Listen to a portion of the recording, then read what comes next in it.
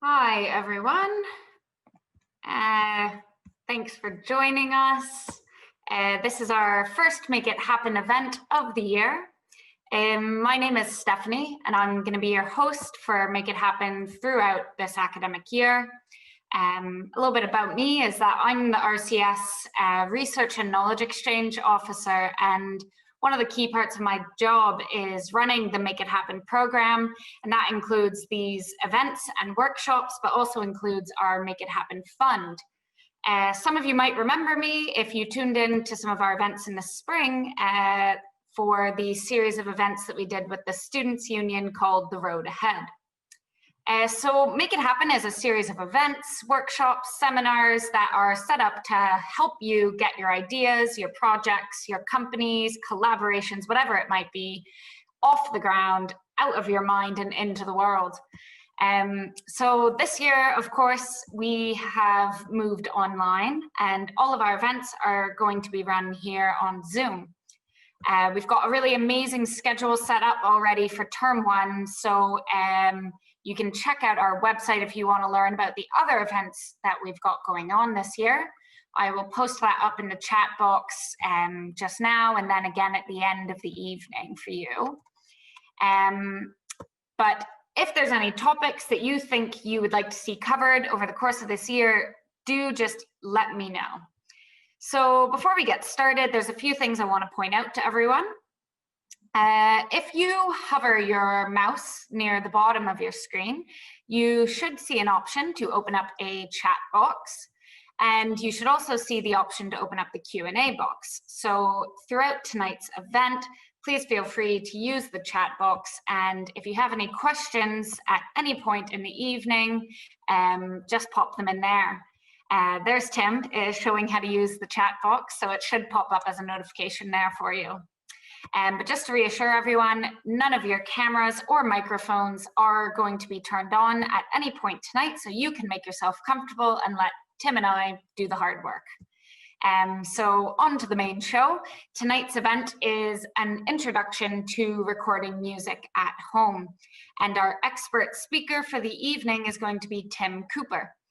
Tim is a composer and a sound engineer. His recent projects include Shadows That in the Darkness Dwell, which was commissioned by The Night With, and co-producing the release of The Night With Live Volume 1, which is a retrospective disc of their 2019 concert season. But many of you might know Tim as a lecturer at RCS in the School of Music, where he does the teaching options modules in sound recording and on the B.Ed course. So I will pass over to Tim now, who will be taking us on the grand tour this evening. Hello, good evening everyone, and thank you to Stephanie and the RKE team for inviting me to lead this session. I'm Tim, and as Steph has said, I'm a lecturer in music technology and sound recording at the Royal Conservatoire, as well as being a PhD candidate in composition. Before I do my full introduction, I'd suggest that if you can grab a pair of headphones, or if you have decent speakers, switch them on, because I'm going to play you some excerpts from recordings later on to sort of discuss some aspects around listening. Okay, so an introduction to recording music from home. What makes me excited about working with technology is trying to find ways to interpret the music through recording techniques. I try to match my venue selection, mic placement and mixing techniques to the repertoire to try to heighten the musical aspects, adding detail. I also really enjoy working in different venues to try to find ways to represent their acoustics as well as I can. And whilst that's what I'm really interested in, that's what most of us can't do right now, work in venues and use ideal kind of acoustics to record in. But my interest in recording began with an AS level in music technology in 2006, when it was a relatively new subject.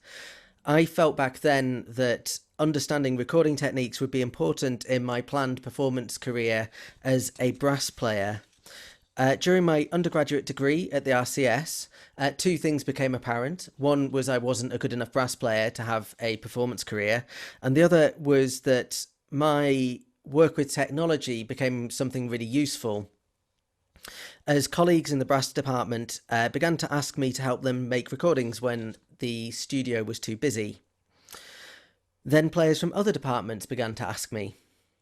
My only condition on doing this was that I would only work with them if they organised a decent recording space with a good acoustic, and then I'd wheel I'd wheel a trolley full of flight cases down to performance venues and practice recording in precisely the right kinds of spaces to learn, which are performance venues.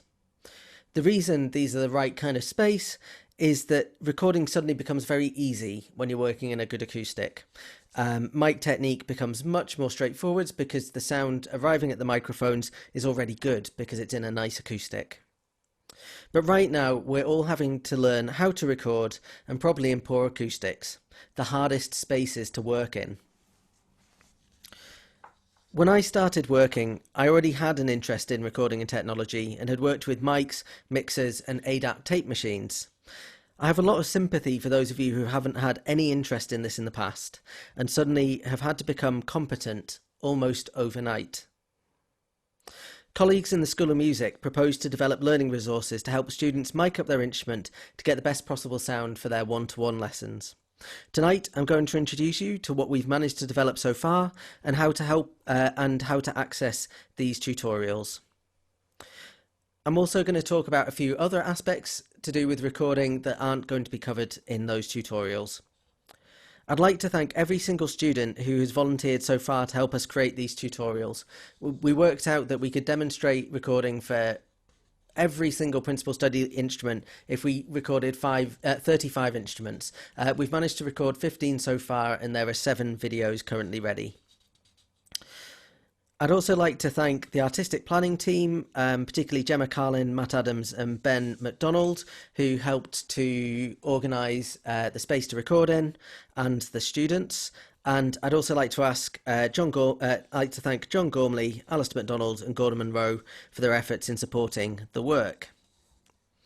So this evening, the 5 things we're going to talk about are listening, positioning your instrument in a room, or adapting the sound of the room, some budget equipment compromises, because I know there'll be lots of questions about equipment, and finally I'll tell you what we've done so far in terms of developing these resources. When working with any music technology, listening is the most important skill.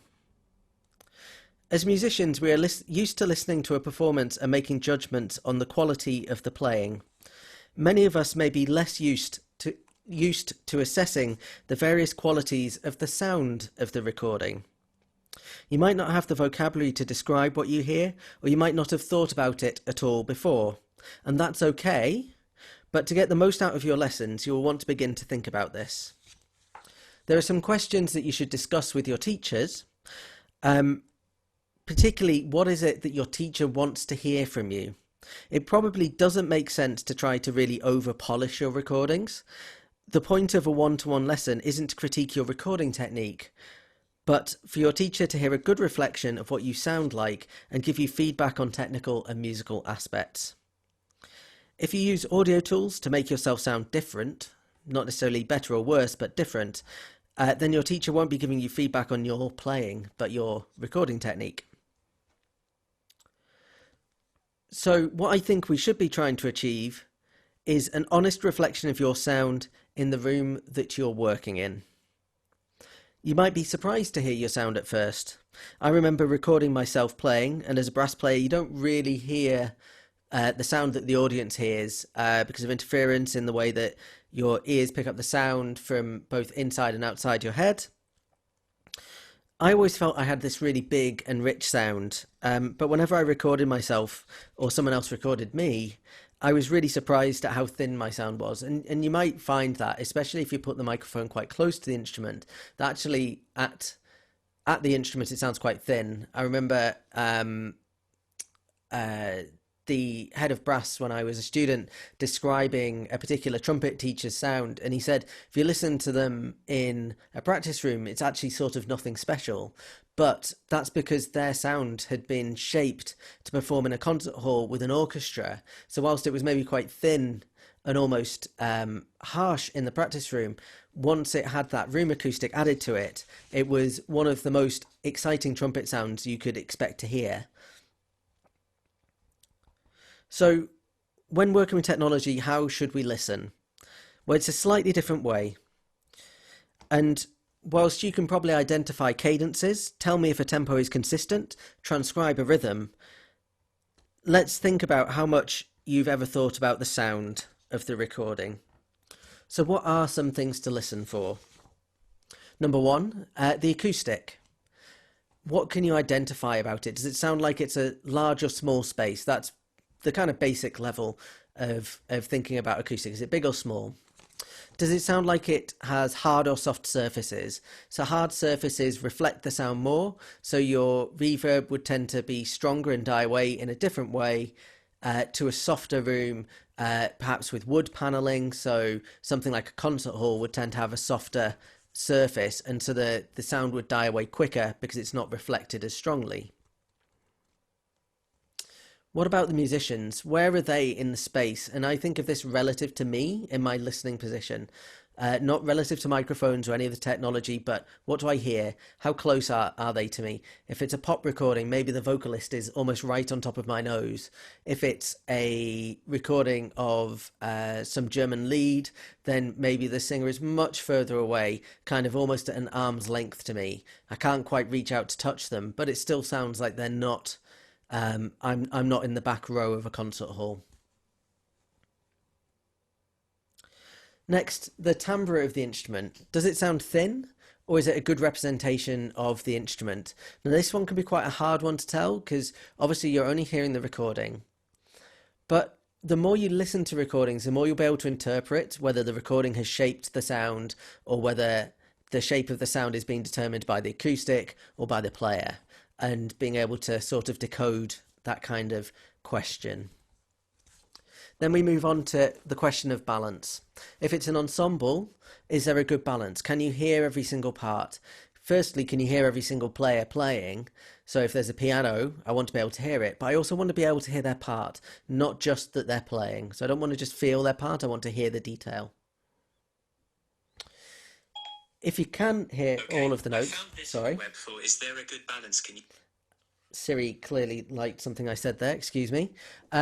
If you can hear all of the notes in a recording, can you also feel them? So there's a real difference, particularly with the bass end, between hearing that a note is being played and also kind of feeling its weight. So if you're listening to an orchestra recording, can you hear the pitch of the contrabasses, but can you also feel that kind of weightiness? If you're listening to a piano recording, can you hear that they've played the bottom note in a kind of octave spacing in the bass, but can you also feel that note? If you can, and then finally, what's the dynamic range like? Sorry, I'm going to turn this off before it makes any more noise. What's the dynamic range like?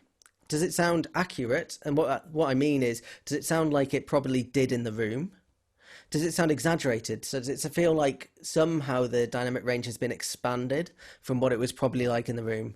Or does it sound squashed? Is it kind of smaller and what we might call compressed? I'm going to play you a few examples. These aren't necessarily recordings I'd expect you to be trying to imitate, but I think they're really good recordings to start to kind of tune your ears into more detailed listening.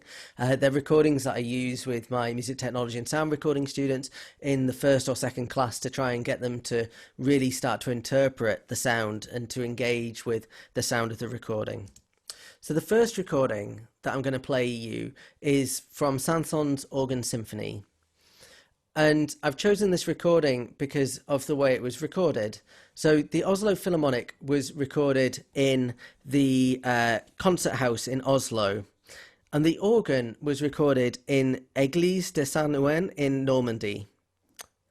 The concert house has a very different acoustic to the church in San Ouen. The orchestra dies away much more quickly, and the organ rings on much, much longer. And this creates a really kind of strange balance where the organ is both in a larger space but feels almost closer than the orchestra. It also feels like it kind of dominates the orchestra in terms of dynamic, and it doesn't really sound to me like a kind of very realistic recording.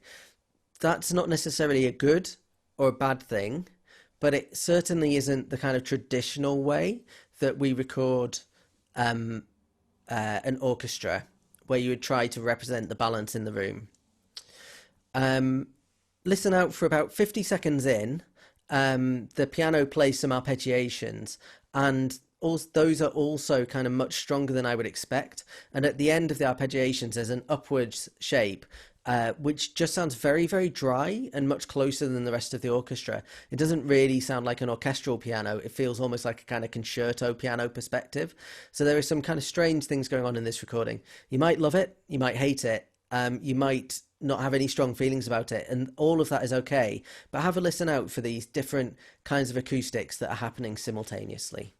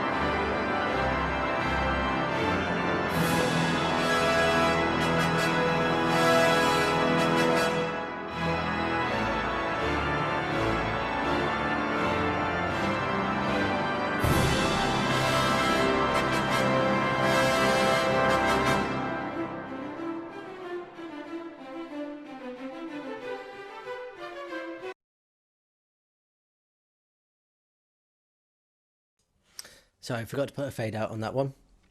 The next recording I'd like to share with you is of Hildegard von Bingen, the medieval composer, her piece Columba Aspecit. This was recorded by Gothic Voices in a church in London called St Jude's on the Hill. And this has a much more what I would call traditional or stereotypical approach to recording, and it very much reflects what a live setup of this might be, but with kind of studio sound. So if we went to listen to this recording session and we listened at the front of the chapel, we might hear something a little bit like the recording. If we listened in row C, it would sound quite a bit more distant. If we listened in row, I don't know, Z, then it would sound much more distant. So one of the things about classical recordings tends to be that it sounds quite near, but in a very large space. So it's kind of almost, some people call it the near-far paradox. In this recording, there are kind of three components. There's a solo voice, there's a trio of accompanying voices, and then there is a drone instrument called the symphony. And the solo voice, to me, sounds like it's the closest part of this, which makes sense as it's the soloist. The accompanying voices sound slightly more distant, and the accompanying drones sound even more distant than that. They don't sound miles away, but they certainly don't sound as close as the voices. One of the things that tells me the drones aren't so close is with a drone instrument, I suppose the most common one we might think about in Scotland is the Highland bagpipes. And the Highland bagpipes, when they're in tune, the drones give off lots of rich, detailed, bright harmonics. And I don't really hear those, and I would expect to hear them if the instrument was closer. Why do I think the soloist is closer than the trio? What makes me think that? It's to do with their articulation and to do with their breath sounds. The breath sounds feel more detailed, more intimate, closer. I can always hear more of a kind of grain to the voice, grain to the sound, like almost the air catching slightly in the throat. With the trio, the breaths feel much more distant. They don't kind of feel as loud or as strong or quite as detailed. And similarly, their articulations aren't quite as detailed. And it's not because they're not articulating, it's just they're slightly further away. The last thing to bear in mind is that for me, I think the accompanying voices are maybe slightly louder, but that makes sense. There's three of them, but louder doesn't necessarily mean closer. So this is Columba Aspecit by Hildegard von Bingen, sung by Gothic Voices.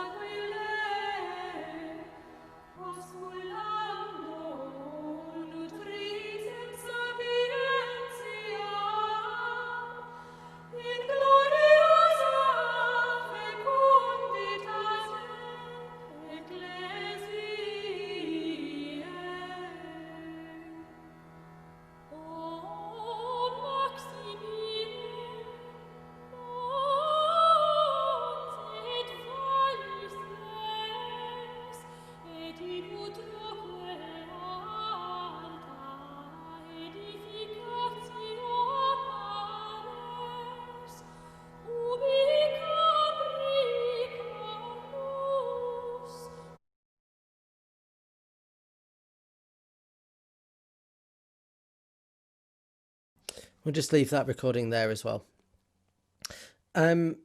The last recording I would like to share is reflects that in the School of Music we have both traditional music and jazz students, and that the style of recording for those genres is generally quite different. Both tend to be recorded using techniques related to pop music recording with much closer mic placements and pop music mixing techniques. There can be lots of variety within this though, and there are no hard and fast rules. This next example comes from Katrina Mackay and Chris Stout, who are RCS graduates. Whilst they sound very present in comparison with the recording we just heard of Hildegard von Bingen, there's still quite a kind of acoustic sound to this recording. They're close, but it's not nearly as produced as other trad bands might sound, particularly I suppose bands like Lau, Treacherous Orchestra, Blazing Fiddles, those kinds of ensembles.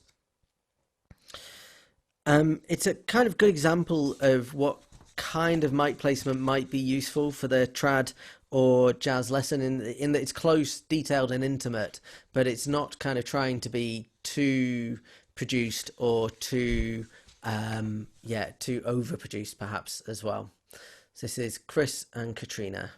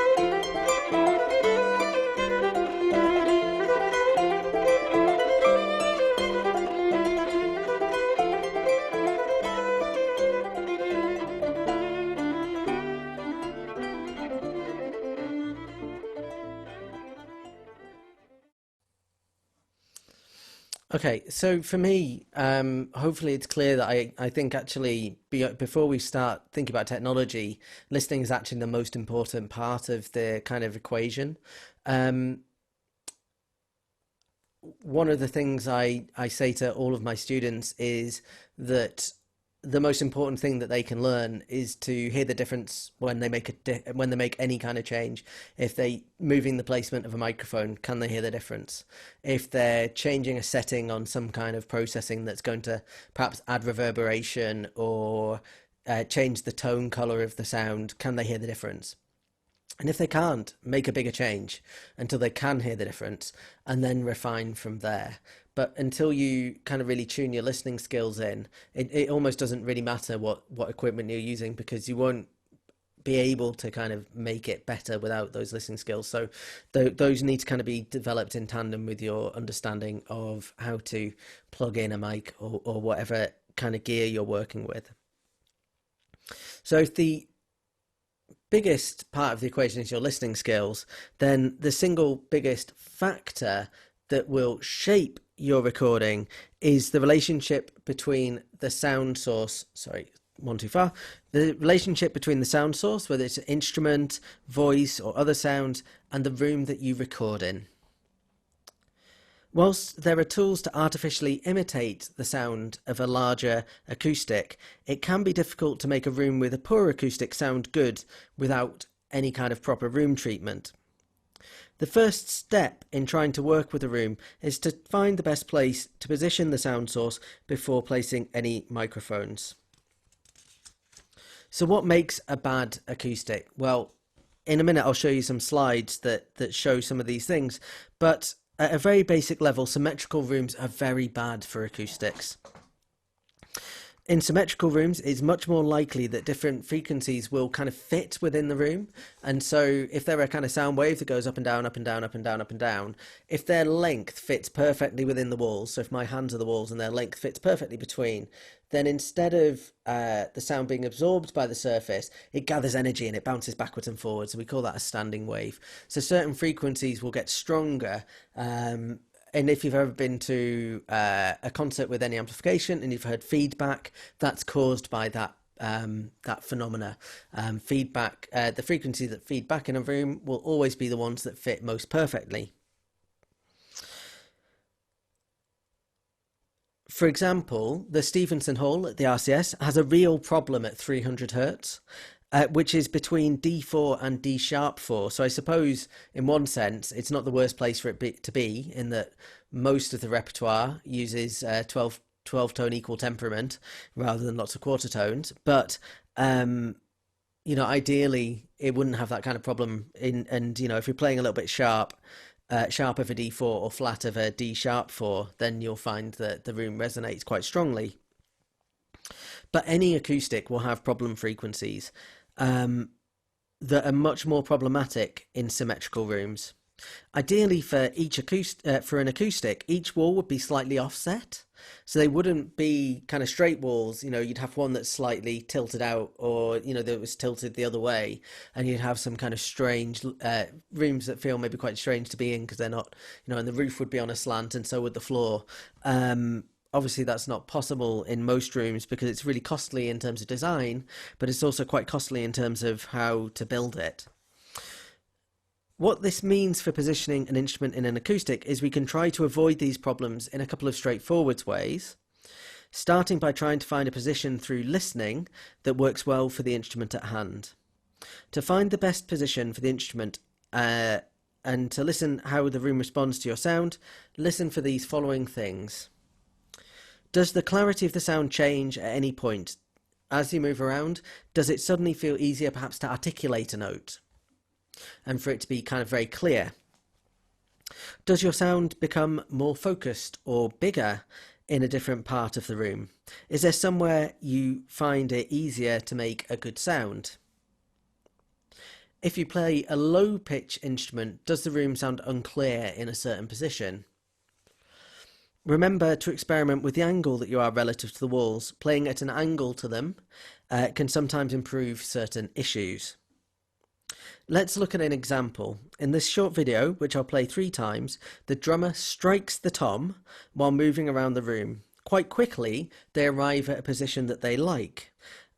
As they arrive at that position, you can hear that the tom drum sounds more focused at this position.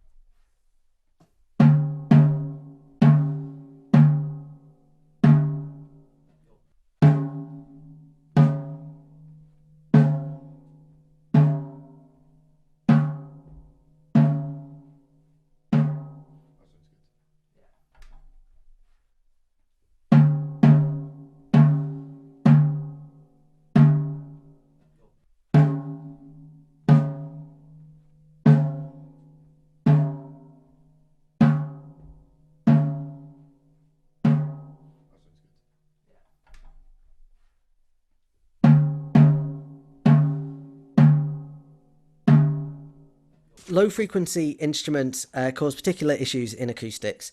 Low frequencies require more energy to produce the same kind of listening volume as higher frequencies, which means it can take longer for the energy to dissipate or die away. Pointing a kick drum at the wall will cause a strong build-up of low frequency, and the same applies to other instruments like the double bass. Some things to think about for low frequency instruments. Definitely try not to point your instrument at a wall. The sound will bounce straight back and will create a strong resonance in the room. Point the instrument at an angle to a wall and the sound will disperse rather than build up, hopefully. Try playing in different places and angling the instrument in different ways. And again, try to listen for a clear sound where the room isn't affecting it too much. Think back to our video of the drummer. So let's take a look at some slides that demonstrate some of these things. In the first slide, our sound source is pointing directly at the left-hand wall. The sound will reflect off that wall and strike the back wall. Any strongly reflected pitches or frequencies will then arrive back at the microphone and will sound too resonant. To avoid the build-up of low frequency, we angle the sound source. As the sound reflects off the various surfaces, it will lose energy, and by the time it arrives back at the microphone, it will sound less resonant. Depending on the angle you place the instrument, you'll be able to improve your sound even further. These slides try to simplify this issue, but remember, sound doesn't travel in straight lines. It radiates from the sound source in waves, so the reflections are actually far more complex than they appear here, but the principles should apply. On the other hand, if you play a quiet instrument with a wide pitch range, like the classical guitar, you might find that the room lacks low frequency and you want to find a way to improve this. One way to achieve this is by sitting or standing in a corner and facing into the room. Your sound will be reflected into the room where the mic will pick up a bigger sound. Alternatively, you can face into the corner, which will kind of trap the lower frequencies, but be careful using this technique. Whilst it can feel really nice as a performer, giving you this kind of warmer, bigger sound, when recording it can sound quite unnatural and overly resonant. Let's talk about our kind of third big topic, adapting the room. If your room is still not working for you, it's worth thinking about easy ways to adapt the sound of the room. There are two problems I'll discuss here. Firstly, the sound of the room. I will describe some ways to adjust the reflections. And secondly, one problem which I suspect to be quite common at the moment is traffic noise, if you're living anywhere near a road. To make a difference to an acoustic, firstly, you need dense materials. So sheets, pillows and egg boxes aren't going to be particularly helpful in really making major changes. And I suppose when dealing with an acoustic, we want to start by absorbing sound. So there are two ways really of dealing with sound. You can either absorb it to make it lose strength, or you can diffuse it so it kind of scatters. Diffusion is more expensive and much harder to achieve, whereas absorption could be quite cheap and quite easy to achieve. I'll explain how. If you have a one sound absorber, then place it behind you. This means that the mic will be pointing at it, so some of the sound that would be reflected to the mic will be absorbed. If you have a second object for sound absorption, place this opposite the source of the sound. This will reduce the first reflection, helping to absorb the sound before it reflects off any surfaces. For upright brass instruments or other upright instruments, that's much more difficult because you would need to place that absorption on the roof. And the kinds of things that you could use for absorption are thick, soft objects like mattresses and quilts. You'd probably want your mattress to be doing the bulk of the work, so you'd place that at the most important place, which I think would probably be behind the performer, and then you'd have your quilt in the opposite corner. Obviously, it's not ideal to be having to unmake your bed every time you want to make a recording, but those are the kinds of objects that you might have around at relative ease. And you might only want to use it on special occasions, if you're recording your recital or something like that. Obviously, visually, it's not going to look great, but think about whether you want it to sound good or look good. Ideally, both. But let's talk about the next part of this equation, avoiding traffic noise. And we need to understand whether the mics we're using are either what we call directional or omnidirectional. Every mic has an angle of sensitivity. And this determines whether the microphone is sensitive to sound from all sides, or if it is what we call directional and has nulls or angles of no sensitivity. The most common directional mic type is a cardioid, which is sensitive to the sound from the front and sides, but not from the rear. If you're using a cardioid mic, point the rear of the mic at the source of your sound, and this will reduce the amount of traffic noise the mic hears. And this slide shows you how. So we've got our road on the left-hand side with our boy racer cars going vroom, vroom, vroom. And then to the right-hand side, we've got our room. So the microphone is pointing away from the cars. And so if you're working with a cardioid mic, the null of that mic will reject some of that sound, not all of it, but some. And then the source of the sound you place opposite the microphone. And then you would adjust the mic until it sounds good for the source, and you might lose some of that rejection and some of that traffic noise might come back, but it's going to be a compromise between limiting the traffic noise and picking up your sound as well as possible. So those are the kind of two big things that I think you'll be thinking about at the moment in terms of adapting a room. Topic number 4, budget recording equipment. I realise that if you have or are considering investing in equipment, you want your gear to be long lasting and to be useful in as many situations as possible. It can also be very difficult to make decisions when there are so many choices of microphones and other equipment to consider. We've provided to the School of Music a list of recommended kit at a price point that we hope provides quality kit at a reasonable price. We can advise further on cheaper equipment, but the results you'll get won't be as good.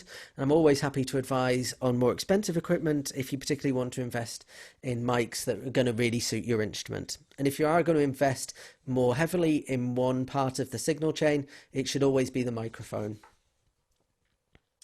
We've outlined two possible approaches, either the use of handheld recorders that double as USB mics or an audio interface with separate microphones. The price of the recommended equipment is not hugely different, so hopefully your choice is about what you'll do with it rather than the kind of price point. So what's the big difference? Handheld recorders are very portable and designed for field recording or basic stereo recording. Their advantages are they're highly portable, they're very easy to use generally, they can be battery powered so they don't need to be plugged into a socket. They have a fixed stereo system, so they're very easy to set up in that sense, and they're usually relatively cheap. Their disadvantages are that they'll have a lower sound quality than a dedicated mic and interface. The fixed stereo setup doesn't always work very well for music, and the controls and the menus can be quite fiddly, with small buttons that can be a little bit tricky to work. Audio interfaces are designed to manage inputted and outputted audio signals to and from a computer, whether it's a laptop or a desktop. They range in scale from 1 or 2 inputs all the way up to well over 100 channels in and out. Different brands are considered budget or professional. Some of the advantages and disadvantages of audio interfaces are advantages are the sound quality. It will always be better than a handheld recorder, or almost always, because you have much more flexibility in your mic placement because you're working with dedicated mics. You can get on a stand and get them placed in exactly the right place. Dedicated mics, as I've said, will always sound better than built-in mics, and it would be easier for multi-tracking. So if you're working in a kind of more pop genre like trad or jazz, it'll be much easier to do multi-tracking. Disadvantages, they're slightly less portable, because you're going to have to carry mic stands and things like that. They can be slower to set up, and they require a laptop and audio software to operate. In terms of which interface to think about, I think bang for buck, the Focusrite Scarlett range is probably the best bet on the market.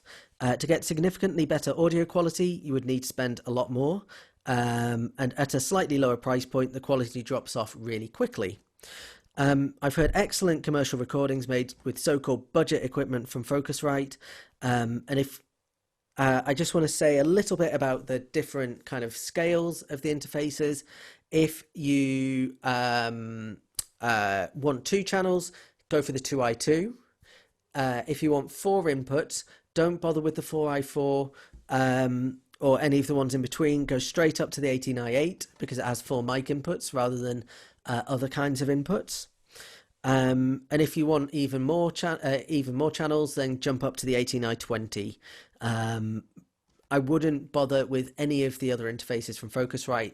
They don't represent good value for money because they don't give enough extra kind of capacity compared with the 2i2, the 18i8 and the 18i20.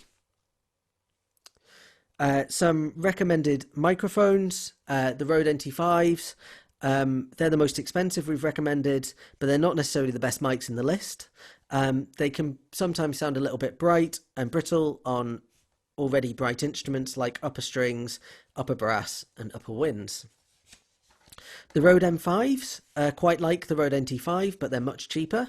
They get shining reviews on Sound on Sound, which is a kind of relatively reliable magazine for audio equipment.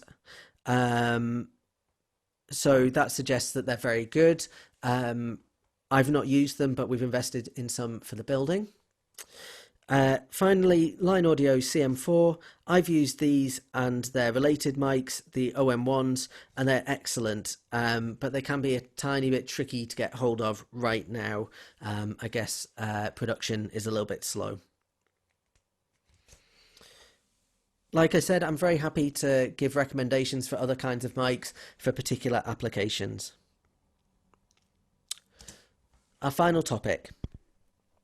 I'd like to tell you a little bit about the resources that have been made and what's currently in development, and I'll show you how to access them. The resources... Oops, sorry, I have ended up with an extra slide. The resources cover audio software, so OSIN Audio, which is a free audio and recording and editing software. It's really good, actually. It's very like Audacity, which some of you may or may not have used. But the interface is really user friendly, so that's much better. We're going to have some other operating audio equipment videos, so how to use mic stands, tripods, audio interfaces, and handheld recorders. They're kind of in the pipeline. We've started in a reasonable way the mic placement tutorials. And I'll tell you which ones are complete, and I'll do some introduction to microphones, so a little bit about the types, applications, and really importantly, the difference between working in stereo and mono. Many of you will only be able to work in mono, and that's fine, but if you can work in stereo, there are some huge advantages. So the mic tutorials, I've completed keyboard department, so accordion and piano, and I've done guitar. I've recorded materials for the strings, most of the brass department, most of the woodwind department, about half of the trad, a little bit of the jazz. We haven't managed to record percussion yet, and we haven't managed to record harp. So I'll be looking forward to working with some students on that in the near future. To access them, I've started setting up some Microsoft Streams channels, so a channel for recording brass, a channel for working with audio software. So there will be, I guess, 5 or 6 videos that you all want to watch, the kind of general ones, and then the one for your instrument in particular. So we'll try and organize it in a way that's very easy to go, okay, here's the 5 videos that are going to tell me generally about how to record, and here's the one video that's going to tell me about my instrument. Some other resources that you may find useful. I produced a set of materials for Chamber Music Scotland that are available on their website.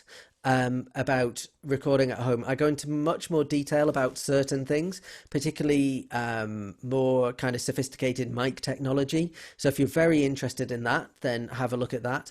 But it also outlines some mic placements. There are also some kind of sheets that, or a kind of PDF, which goes through some basic principles of mic placement, which I'll make sure I share with the RCS as well, because that's probably useful for all. Also, the DPA Mic University, DPA make microphones. They make very good microphones, in fact. Their Microphone University will tell you exactly how many DPA microphones you need to record any instrument. But remember, you don't necessarily need their microphone. You can always use their techniques rather than with another microphone. It's about mic types. It's not about the specific microphone. The same goes for Shure, who are a famous mic manufacturer. They have lots of stuff on their website that will tell you exactly which Shure microphone you need to use, but just read, know what kind of microphone you've got. Is it a cardioid condenser? Well, if they're giving you a technique for a cardioid condenser, you can use it. I hope that makes sense. Hopefully, as you kind of learn a bit more yourselves, that will make much more sense. And now I'd like to open up for any questions, whether they are very specific or whether they are very general, whether about the content I've covered today or any other kind of question that you have. So thanks a lot for listening, and I hope that's been useful for you all. Great, thanks, Tim. I have got one here in the chat from Karen McCauley, actually. She's asking if you could give the specific names of the recording gear that you've mentioned. So just so everyone knows, I'll get all that detail from Tim afterwards, and I will email it to everyone tomorrow morning with the slides as well, because those images were really useful as well about setting up where in the room to set up the mic. So just so everyone knows, I will pass those around afterwards. We have got some specific instrument-specific questions here. First of all, which software would you recommend for recording classical violin? In a way, the software doesn't hugely matter, but if you're looking for something easy to operate, then we've got the tutorial for Osen Audio. The software makes almost no difference to the sound quality. So that's, yeah, I don't want to kind of parry the question too much, but it doesn't need to be Pro Tools. It doesn't need to be Logic. You don't need to spend hundreds of pounds. You can get some free software that will do that very well. Okay, great. And I think this will probably be covered in the tutorials when they're available, but where should I put the handheld recorder when I am recording the piano? Yeah, so there are kind of three, I think there are three options which you would then, I suppose, adapt to taste. Let me see if I can pull up let me just get a picture of a piano so I can point on to the piano. In fact, I might open up the Chamber Music Scotland resources, which I should have grabbed earlier. So here we go. This is what I did for Chamber Music Scotland. Let me just find keyboards. Here we go, keyboards. So there are kind of three typical mic placements. You either mic pointing kind of at the hammers from over to the right of this instrument, or mic in the well, or you mic at the tail.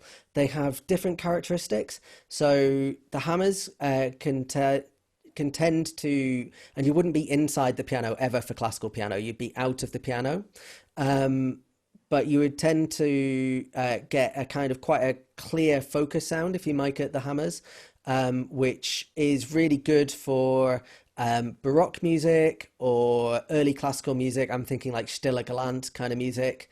If you mic in the well, you tend to get a much kind of richer sound, which tends to be really good for late Romantic, early 20th century music, but it also tends to be my default position. If I've tried the others and not liked it, then I always go back to the well of the piano. I think it's generally the easiest place to get a good sound. And at the tail, what you tend to get is this kind of exaggerated stereo image where you have the kind of bottom key starting on the left and they work their way up to the right. So that can be really fun to listen to, but it doesn't necessarily suit every repertoire. So yeah, those are the kind of three places. But what I would really emphasize is that it's worth trying all three, but then trying to make changes within all three to work out what works for your room and your instrument. Yeah, hope that answers that question. I think so. If possible, Tim, I'll get the links as well for the Chamber Music Scotland resources and share them around after. Yeah, of course. So I've got quite a specific one here, which I'm hoping you understand. Can you record with an SM58 mic? Can you? I mean, the answer is yes, but to not be flippant. So, what are you? Can you add any more detail about what you're trying to record with an SM58? If you're still there, Can oh, you type it? fiddle. Fiddle. Okay. Trad fiddle. I'm going to assume it's not going to be your best microphone, but it certainly could be usable. So the SM58 at any kind of distance loses depth and kind of richness in the sound. So what you will tend to find is that you want to keep it relatively close, and then it becomes very much a kind of question of where over the fiddle you place it. So I think of a kind with fiddle, I think of a kind of arc from kind of over the top of the F hole at the back of the instrument to kind of in front of the instrument. If I've got a condenser, I like to mic at the front, but you might find that with something as kind of bright as an SM58, you want it to be kind of over the back to get a bit more richness. But if it sounds kind of too muddy and too kind of bassy over the backside, then bring it forwards. So I think you can probably do something. It's never going to be as good as a nice condenser microphone. But I suppose one thing I really strongly believe in is what's the best microphone you can use? Well, the one you have, and work with what you've got and its characteristics. So if that mic's going to sound a little bit bright, try to avoid it sounding over bright. I hope that makes sense for you, Celine. Okay, we've got one more here that says, will you also be doing a set for the vocal department? Because it wasn't listed in the previous slide. Yeah. We absolutely will. And I'm sorry that that wasn't listed. Hate to leave anyone out. Okay, we've got another one here. I have a Rode, oh, I almost said rodent, but that is not the word. It's Rode, the brand NT USB mini mic that I connect to my computer. I know that USB mics aren't ideal, but I already have it. For some reason, I get a lot of hiss and static when using Audacity, but it seems to be less annoying with other software. Why might that be? If it's the electrical interference, is it true that a powered USB hub might help? Okay, cool. So I haven't used USB mics, and I'm definitely not using with Audacity.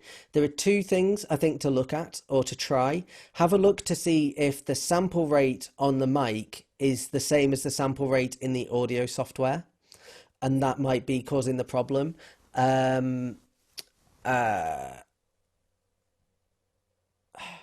Hiss and static tends to be because your levels are set too low as well.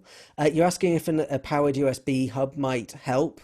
A powered USB hub should only really give the same kind of voltage that's coming out of your USB port. So I don't know if I think that would improve it. And the hiss is also related to your next question, which is you're struggling with managing the gain to avoid saturation with loud high notes without losing too much of the quieter tones. So as you place a mic closely, you exaggerate the dynamic range. So with a classical voice, which has a wide dynamic range and particularly has a lot of kind of oomph at the top, you maybe need to mic a little bit further away. But make sure that you keep the mic pointing straight at you, so that you get the most what we call on-axis sound. So it's the most kind of detailed. And then you'll find that the dynamic range is a little bit smaller, because it's not exaggerated by you being so close to the microphone. But yeah, with the first part of the question, check the sample rate and also I suppose the bit depth. If you need help with that, then maybe drop me a line and we can maybe have a look at that at some point. And I think they know that rodent. I think they must know that it says rodent. I think they must know that they're calling them rodents. I'm surely not the first person to read it in that way. No.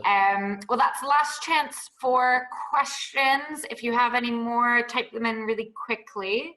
But I think that might be us. So I will thank you again, Tim, for kicking off our series of Make It Happen workshops so brilliantly. And just a reminder to everyone, we have another workshop next Thursday, the 8th of October at 6 p.m. This will be with Nicholas Peel from Spotlight, and he'll be speaking on a sort of similar topic about self-taping at home. And so this might be a little bit more focused for anyone in the audience who might be in a DDPF subject or doing something similar. And it's open to anyone. So if you're just interested in checking it out, please do. In November, we're going to have an event on performance anxiety and on the anxiety that you might have in coming back into performing live again. And in December, we will be talking about crowdfunding. If there's anything you would like to see covered in an event, anything about your professional practice that's outside maybe your instrument and everything that surrounds the practice that you have, do let me know. I'll put my email here into the chat box. And if you think of a topic that you'd like to see covered, please do let me know. We will be scheduling for term 2 in the next few weeks, so it would be good to have your feedback. And otherwise, if you're interested in any of the RKE events that we run, lectures, programs, please do follow us on Twitter and on Instagram. Our handle is RCS_the exchange, and I've just posted it there in the chat box again. So Tim, thank you so much. We will get all of those slides and things sent out to everyone afterwards. And thank you everyone for joining, and I hope you have a lovely night.